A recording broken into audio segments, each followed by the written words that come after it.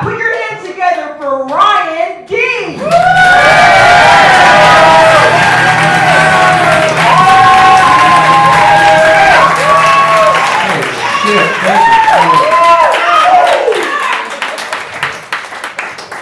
Guys, I invited my family, I'm sorry.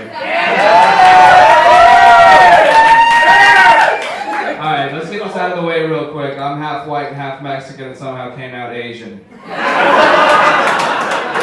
I know you're all wondering immediately.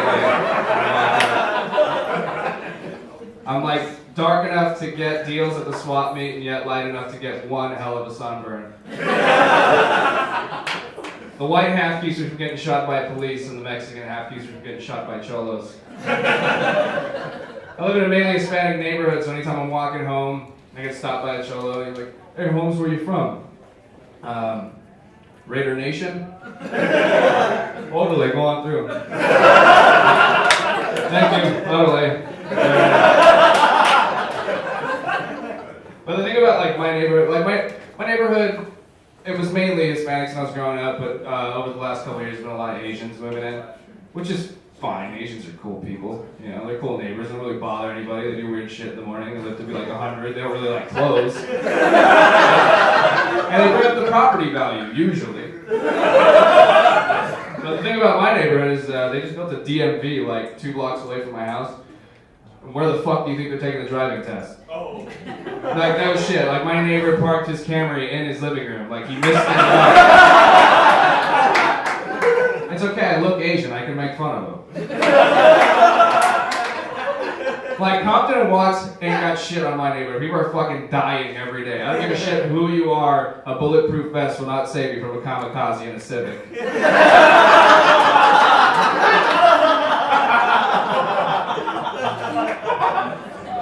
So it's autumn in Southern California, right? Means it might not be 100 degrees. And pumpkin spice, right? Fuck anything with pumpkin spice. I saw a girl walking down the street. It was 80 degrees and she was walking down the street in her Ugg boots, leggings, a scarf, and jackets, dragging around a dehydrated terrier. Like, who are you trying to fool, really? Like, I feel like the people who invented Ugg boots like knew what the deal was too. They're like, hey, we made these ugly ass boots that look like snow boots that you can't wear in snow because they're suede, and SoCal girls wear them with their Daisy Dukes all the time. What do you want to call them?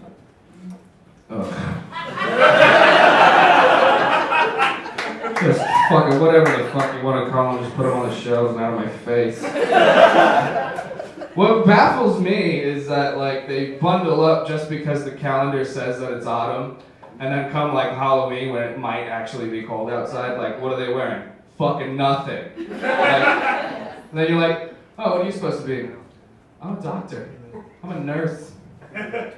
Something, you know, it's ridiculous. They're getting so ridiculous with these sexy costumes. I saw a girl dressed as a fucking phone book. I never wanted to have sex with a phone book so bad in my life.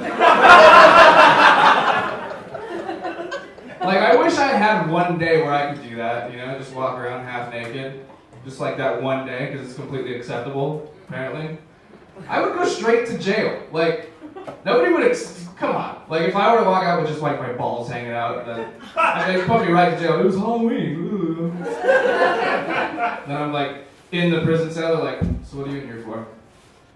Nobody can handle mine. You want me to get that for you? Who's got the phone on? Is that my dad?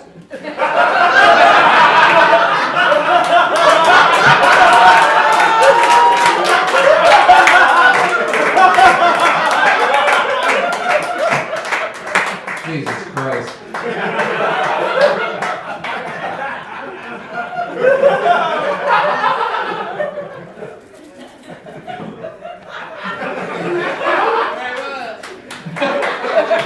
Like, can you imagine if I was in the jail cell and then somebody asked me, like, what are you in here for? I'm like, my costume was too racy. Like, what were you? I was a tax lawyer. Sexy tax lawyer. erection. I got one of them, this word isn't really popular among comics, what do they call them, girlfriends? I got one of those. Yeah, I don't know, I have a hard time admitting it. Because, like, I hate couples. Like, I can't stand coupley things, doing couple things, like, because that's the rule, right? When you're in a relationship, you gotta go hang out with other couples. Like, that's the only way you get to go hang out with anybody. It's like, hey, you wanna go to Jeff and Scott's? Or, it's Jeff and Scott, man. Guess we're hanging out with a gay couple. Well, hey, whatever, I'm just doing it. We went to Jeff. Do you want to hang out with Jeff and Scott, drink wine, and play charades? No, I don't want to do that. I could literally think of like 1,000 other things I'd rather do. I don't know, it's just weird. But like the thing that I hate more than couples are hypocrites, so I have a really hard time admitting that I'm in a relationship.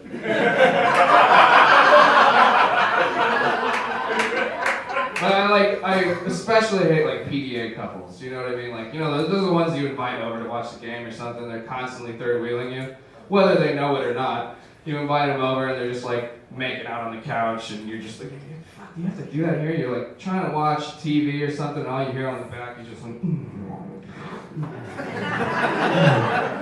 I told my friend, I was like, dude, you have to fucking do, come on, like, we're all hanging out together, be respectful. He's like, you're just jealous, Ryan. You're just jealous that nobody loves you the way we love each other. I know, right? So now, anytime I invite them over and they start to pull that shit, I whip my dick out and start beating off. And just stare. Not to be creepy, but to prove a point. There's definitely somebody who loves me that much, and it's me.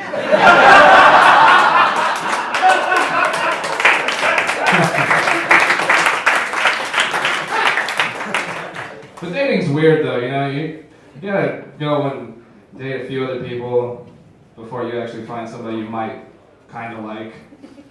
I don't know, like I had this one girl tell me one time, she's like, chivalry's dead. And that's when I slapped the salad in her face and said, you fucking pay for this then.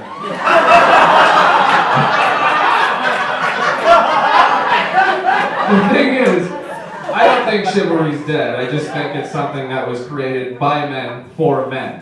Like, I picture, like, King Arthur walking into the Knights of the Round Table. He's like, all right, everybody, listen up. We need to set some sort of code, some ground rules, so we can have some respect for these ladies. I don't know why he's from Brooklyn. That's just how he sounds. I wish I had an answer for you. That's just... He's like, okay, rule number 1.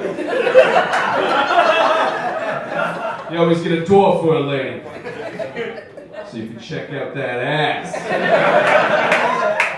Rule number 2, ladies always go first, so you can check out that ass. Rule number 3, it's from Brooklyn, I don't know. You always fight for your lady's honor, because nobody looks at that ass but you. And rule number 4, you always buy your lady drinks and dinner, so that hopefully she gives you that ass.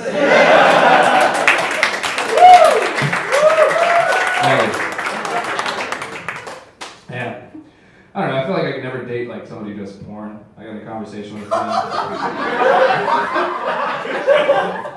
I don't know, like, not that a porn star would ever want to date me. Just a random thought, you know? And it has nothing to do with like jealousy either, like no matter how many dicks she takes throughout the day or whatever. It has nothing to do with that. It's more like, like, picture it this way, I used to date a girl who worked at Disneyland, and on her days off, she never fucking wanted to go to Disneyland.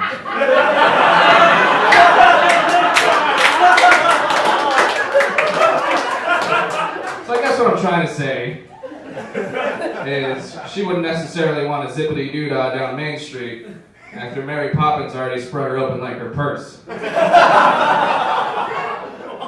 What I mean is, she wouldn't really want Woody after Buzz Lightyear's been in her toy box all day. Oh, I got one more. She wouldn't want Peter Pan in her magic castle after 7 doors been coming in her cottage all day.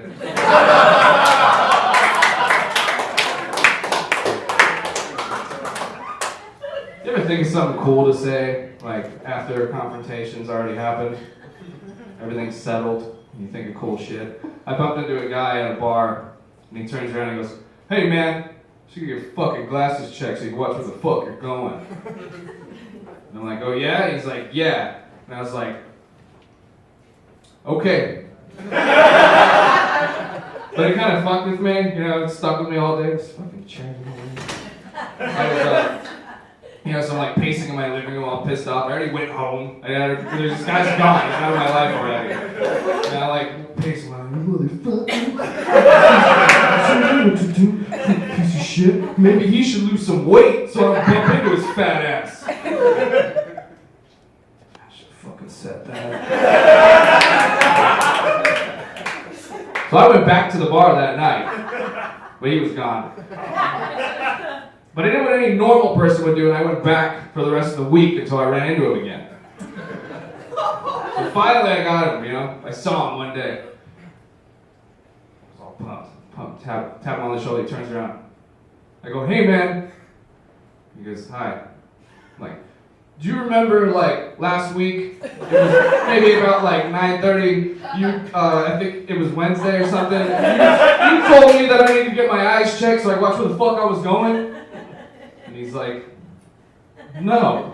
And I'm like, "Oh yeah, well I've been waiting to tell you this all week, motherfucker. You're fat. How about that?" And he's looking at me, he's like, "1, I have a thyroid problem. And 2, this is my first time here, you fucking asshole."